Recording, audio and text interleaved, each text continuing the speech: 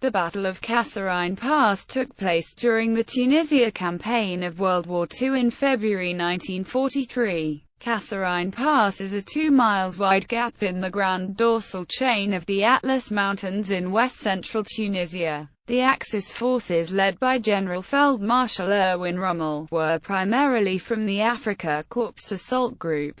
Elements of the Italian Centauro Armored Division and 2 panzer divisions detached from the 5th Panzer Army against Allied forces of the U.S. 2nd Corps and the British 6th Armored Division, parts of the British 1st Army. The battle was the first big engagement between American and German forces in World War II. The inexperienced and poorly led American troops suffered heavy casualties and were quickly pushed back over 50 miles from their positions west of Fide Pass. After the early defeat, elements of the U.S. 2nd Corps, reinforced by British reserves, rallied and held the exits through mountain passes in western Tunisia, defeating the Axis offensive. The U.S. Army instituted sweeping changes from unit-level organization to the replacing of commanders. Background: American and British forces landed at several points along the coast of French Morocco and Algeria on November 8, 1942, during Operation Torch. This came only days after General Bernard Montgomery's breakout in the east following the Second Battle of El Alamein. In response, German and Italian troops were ferried in from Sicily to occupy Tunisia, one of the few easily defended areas of North Africa, and only one night's sail from bases in Sicily. This short passage made it very difficult for Allied naval vessels to intercept Axis transports,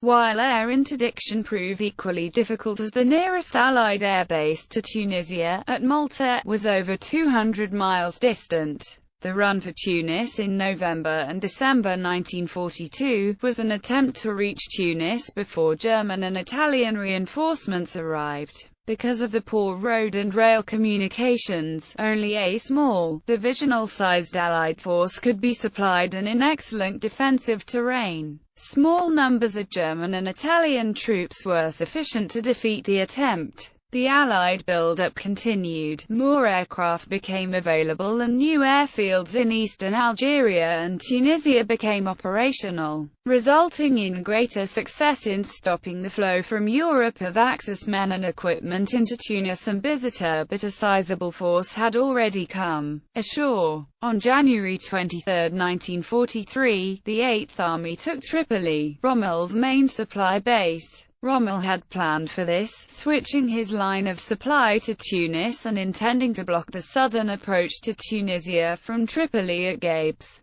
The Marath line, which the French had built to protect against an Italian attack from Libya, was a line of antiquated French blockhouses, which in no way measured up to the standards required by modern warfare. Rommel Allied troops had already crossed the Atlas Mountains and had set up a forward base at Fide, in the foothills on the eastern arm of the mountains, an excellent position to thrust east to the coast, split the Axis forces in southern Tunisia from the forces further north, and cut the line of supply to Tunis. Prelude: Fide Pass. Elements of the 5th Panzer Army reached the Allied positions on the eastern foot of the Atlas Mountains on January 30.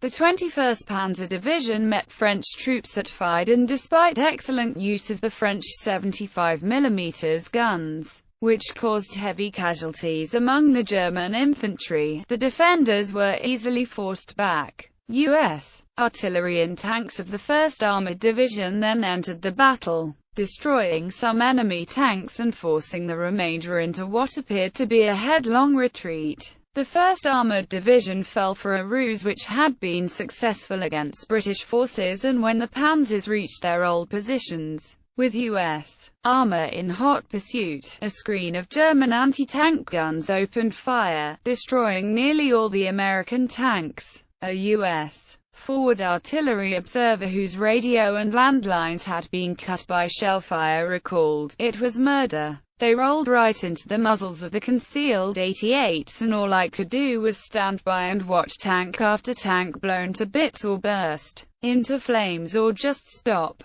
wrecked. Those in the rear tried to turn back, but the 88 seemed to be everywhere. West Strait, 1944. The 21st Panzer Division resumed its advance towards Fide. American infantry casualties were exacerbated by the practice of digging shallow slit trenches instead of foxholes, as German tank drivers could easily crush a man inside a trench by driving into it and simultaneously making a half-turn. Several attempts were made by the 1st Armored Division to stop the German advance, but all three combat commands found that each defensive position they tried to occupy had already been overrun and they were attacked by German troops with heavy losses. On the 2nd of February, the 1st Armored Division was ordered to end its attacks and concentrate to form a reserve. The Germans captured most of Tunisia and the entrances into the coastal lowlands were blocked. The Allies held the interior of the roughly triangular Atlas Range, but with the exits blocked this was of little advantage to the Allies. For the next 2 weeks, Rommel and the Axis commanders further north debated what to do next. Sidi-Bouzid Rommel did not consider the 8th Army a serious threat, since until Tripoli was open Montgomery could maintain only a small force in the south of Tunisia. Ships commenced unloading on February 9, but the port was not fully operational until the end of February. Rommel made a proposal in early February to Commander Supremo to attack with 2 battle groups, including detachments from the 5th Panzer Army, toward 2 U.S. supply bases just to the west of the western arm of the mountains in Algeria. A quick thrust could capture the supplies and disrupt a U.S. attempt to concentrate forces near Tebessa. Arnhem objected and the attack was delayed for a week to agree to Operation Frühlingswind, a thrust by 5th Panzer Army through the U.S. communications and supply center of Sidi-Bouzid. Rommel's forces, 60 miles to the southwest, would conduct Operation Morgenluft to capture Gafsa and advance on Tosa. On February 14, the 10th and 21st Panzer Divisions began the Battle of Sidi-Bouzid, about 10 miles west of Fide, in the interior plain of the Atlas Mountains. The U.S. tanks were defeated and the infantry, poorly sighted on 3 hills and unable to give mutual support, was isolated. A counterattack the next day was easily repulsed and on February 16, the Germans advanced towards Sabatla. After the success at Sidi-Bouzid, Rommel ordered the Afrika Korps Assault Group to attack Gafsa on February 15, but on the night before, Anderson ordered the defenders to evacuate Gafsa and make the main defense line the hills around Feriana. Gafsa should not be defended against a big attack. The next day, because of the threat to the southern flank, Anderson obtained Eisenhower's agreement and ordered a withdrawal from the eastern dorsal to the line of the western dorsal from Feriana northwards. Early on February 17, Fred Endel ordered a withdrawal from Sabatla and Feriana. The U.S. Second Corps was able to concentrate at the Kasserine and Sabiba passes, on the western arm of the mountains. U.S. casualties were 2,546 men, 103 tanks, 280 vehicles, 18 field guns, 3 anti-tank guns and an anti-aircraft battery. Axis plan of attack. At this point, there was some argument in the Axis camp about what to do next. All of Tunisia was under Axis control and there was little to do until the 8th Army arrived at Meret. Rommel decided to attack through the Kasserine Pass into the main force of the U.S. Second Corps at Tebessa to capture U.S. supplies on the Algerian side of the western arm of the mountains, eliminate the Allied ability to attack the coastal corridor linking Meret and Tunis, and threaten the southern flank of the First Army. On February 18, Rommel submitted his proposals to Albert Kesselring, who forwarded them with his blessing to the Comando Supremo in Rome. At 13:30 on February 19, Rommel received the Comando Supremo's agreement to a revised plan. He was to have 10th and 21st Panzer Divisions transferred from von Arnim's 5th Panzer Army to his command and attack through the Kasserine and Sabiba passes toward Thala and Le Kef to the north, clearing the western dorsal and threatening the First Army's flank. Rommel was appalled. The plan dispersed Axis forces and through the passes, would expose their flanks. A concentrated attack on Tebessa, while entailing some risk, could yield badly needed supplies, destroy Allied potential for operations into central Tunisia and capture the airfield at Aix-les-Bains west of Tebessa. Battle. In the early hours of February 19, Rommel ordered the Afrika Korps assault group from Ferriana to attack the Kasserine Pass. The 21st Panzer Division at Sabatla was ordered to attack northward through the passes of Kasserine, which led to Sabiba and Kaisawa. The Kampfgruppe von Broich, the battle group released by von Arnim from 10th Panzer Division, was ordered to concentrate at Sabatla, where it would be ready to exploit success in either pass. Sabiba. In the Sabiba area facing the German armoured advance was the British 6th Armoured Division. Also in the line was the 18th Regimental Combat Team from the U.S. 1st Infantry Division, and 3 battalions of infantry from U.S. 34th Infantry Division. There were also 3 U.S. Field Artillery battalions, elements of 2 British anti-tank regiments and some French detachments. 21st Panzer Division made little progress against the combined firepower of the defending force, which had also laid minefields. 21st Panzer was checked and then driven back by February 20.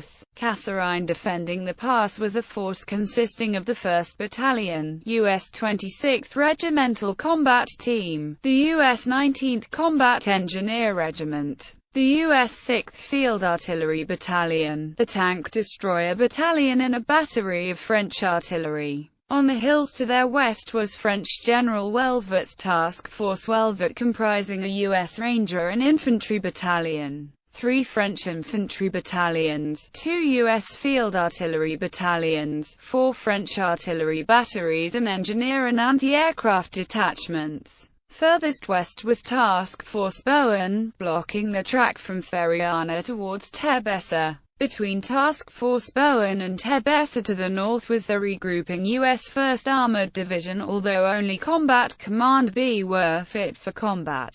The positions in the pass had been placed under Colonel Alexander Stark, commander of the 26th RCT, on the night of February 18, and the command named Stark Force. An attempt to surprise the Kasserine defences by the 33rd Reconnaissance Unit into the pass failed, and a battalion of Panzer Grenadiers was ordered into the floor of the pass and another onto Djebel Samama, the hill on its eastern flank, and slow progress was made against artillery fire. The tanks of 1/8th Panzer Regiment were committed at noon, but little further progress resulted against stubborn defence. Rommel decided to commit his units from the 10th Panzer to the Kasserine Pass the next morning in a coordinated attack with the Afrika Korps assault group, which was to be joined by elements of the Italian 131st Armoured Division Centauro. British reinforcements from the 26th Armoured Brigade had been assembling at Thala, and Brigadier Dunphy, making forward reconnaissance, decided to intervene.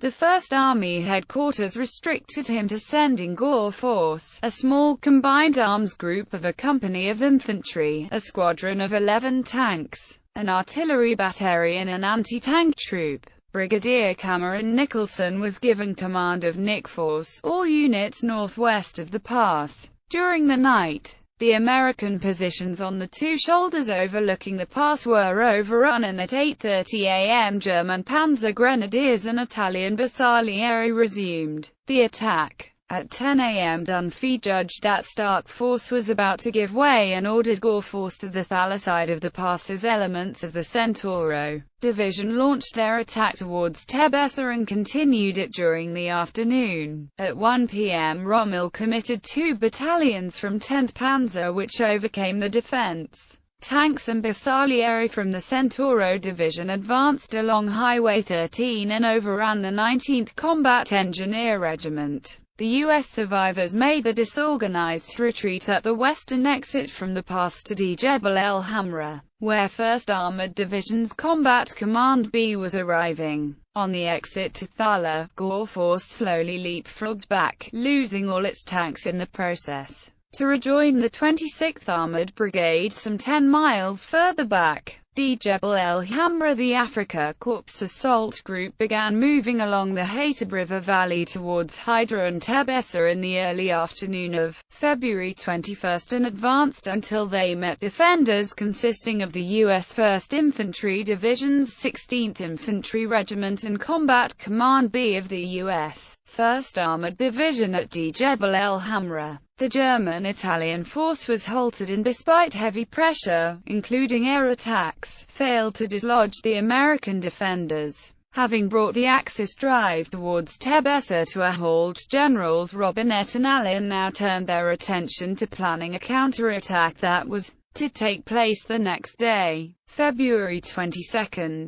Plans made by both sides were upset by the ongoing battle, and the Axis forces launched another assault on the U.S. position on the morning of the 22nd. Although the American defenders were pressed hard, the line held, and by mid-afternoon, the U.S. infantry and tanks launched a counterattack that broke the German and Italian force. More than 400 Axis prisoners were taken as the counterattack was pressed into the Afrika Korps position. Thala. Rommel had stayed with the main group of the 10th Panzer Division on the route towards Thala, where the 26th Armored Brigade and remnants of the U.S. 26th Infantry Regiment had dug in on ridges. If the town fell and the southern of two roads from Thala to Tebessa was cut, the U.S. 9th Infantry Division to the north would be cut off and Combat Command B of the 1st Armored Division would be trapped between the 10th Panzer Division and its supporting units moving north along the second road to Tebessa.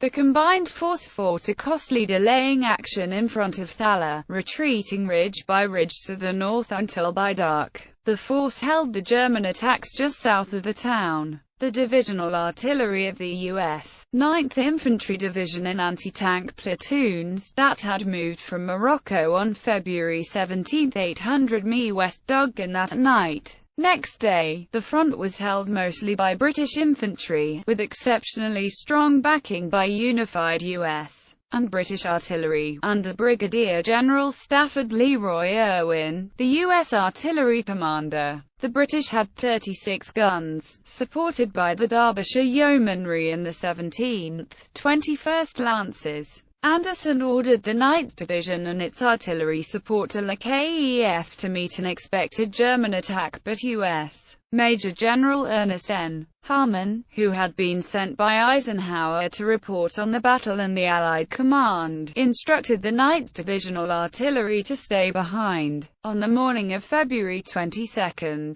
an intense artillery barrage from the massed Allied guns forestalled the resumption of the 10th Panzer Division attack, destroying armor and vehicles and disrupting communications. Von Broich, the battle group's commander, decided to pause and regroup, but Allied reinforcements continued to arrive. Under constant fire, 10th Panzer waited until dark to retire from the battlefield. Withdrawal overextended, available supplies now dwindling, pinned down by the Allied artillery in the pass in front of Thala, and now facing U.S. counterattacks along the Hateb River. Rommel realized his attack had been stopped at Sabiba, along the Hateb River, and now at Thala. The efforts of the German and Italian forces had failed to make a decisive break in the Allied line, with little prospect of further success. Rommel judged that it would be wiser to break off to concentrate in South Tunisia and strike a blow at 8th Army,